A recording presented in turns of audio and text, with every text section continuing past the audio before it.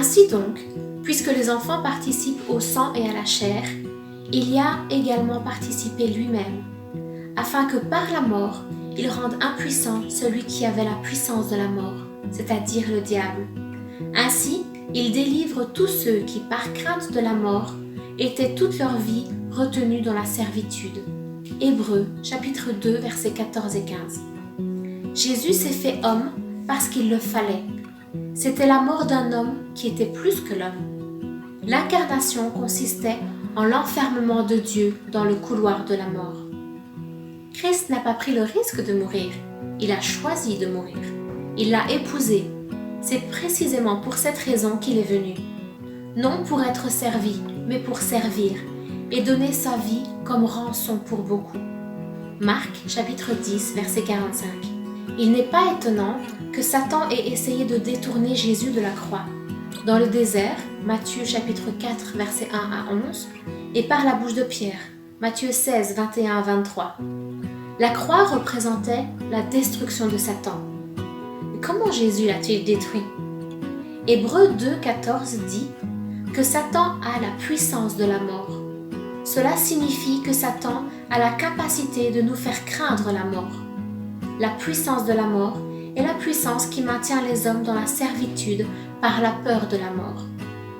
C'est la puissance qui consiste à garder les hommes dans le péché pour que la mort survienne comme une chose atroce. Mais Jésus a dépouillé Satan de cette puissance. Il l'a désarmé. Il a moulé pour nous une cuirasse de justice qui nous immunise contre les condamnations du diable.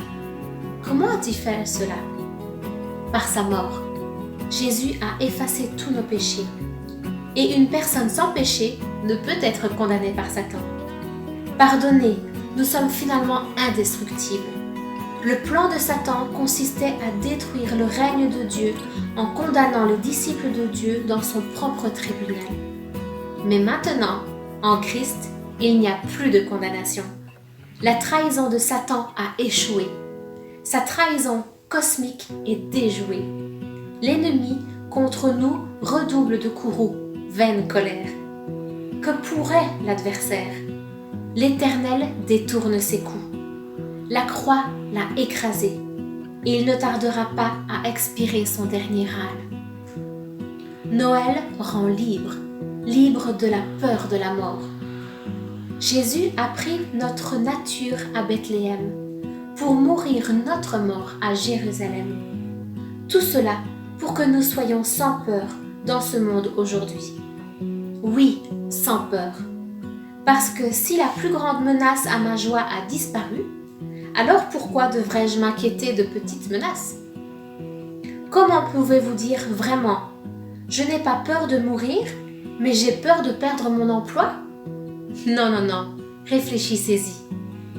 Si la mort, je dis bien la mort, plus de pouls, le corps est froid, le fait de quitter ce monde, si la mort n'est plus quelque chose à craindre, nous sommes libres, vraiment libres. Libres de prendre n'importe quel risque sous le soleil, pour Christ et pour l'amour. Plus d'asservissement à l'anxiété.